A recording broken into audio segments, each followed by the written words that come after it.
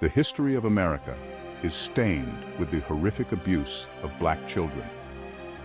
From slavery to segregation, black children have been subjected to unimaginable cruelty.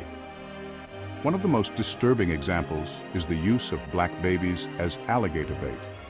European men would lure alligators with black infants, using their vulnerability and innocence for sport. This heinous act exemplifies the dehumanization and violence that black children have endured for centuries. This legacy of abuse continues to cast a long shadow on America. The trauma of the past is intergenerational, impacting black communities today. We must acknowledge and confront this dark history to break the cycle of violence and create a just and equitable future for all children. It is our duty to remember these atrocities and honor the memory of the victims. We must learn from the past and fight against all forms of injustice and oppression. Only then can we hope to create a society where all children are safe and valued.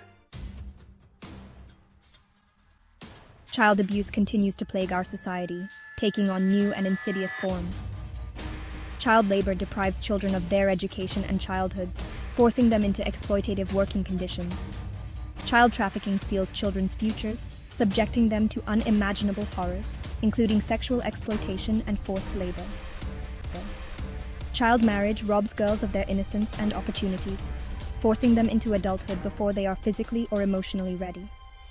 Female genital mutilation, a brutal practice rooted in gender inequality, inflicts lifelong pain and suffering on girls.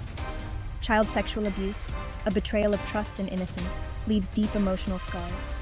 These forms of abuse are interconnected, often stemming from poverty, discrimination, and lack of access to education and resources. We must address these root causes to effectively combat child abuse in all its forms. Alarmingly, there is a disturbing upward trend in these forms of child abuse.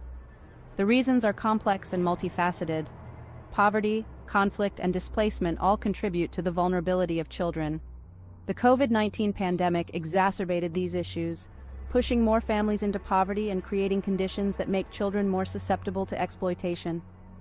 Furthermore, the anonymity of the internet has fueled the growth of online child sexual exploitation. Predators can now easily access and share child sexual abuse material, making it more difficult to track and prosecute offenders. We must address these challenges head-on, strengthening our efforts to protect children in the digital age and providing support to families in need. Section 4. Our collective responsibility. Protecting children from abuse is not the sole responsibility of parents, law enforcement, or social workers. It is a collective responsibility that falls on all of us. We must be vigilant and report any suspected cases of abuse. We must support organizations working to prevent abuse and provide services to survivors.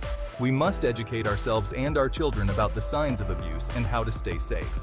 We must challenge cultural norms and beliefs that perpetuate abuse, such as the acceptance of violence against women and girls. By working together, we can create a world where all children are safe, nurtured, and empowered. Section 5. Safeguarding our future, a call to action. Protecting children from abuse requires a multi-pronged approach. We need stronger laws and policies to deter abusers and hold them accountable. We need increased funding for child protection services, including prevention programs, early intervention, and support for survivors. We need to invest in education and economic empowerment programs that address the root causes of child abuse. We need to raise awareness about child abuse and promote positive parenting practices. We must also support organizations working on the front lines to rescue and rehabilitate child victims of abuse. Every child deserves a safe and loving childhood. Let's work together to make this a reality for all children.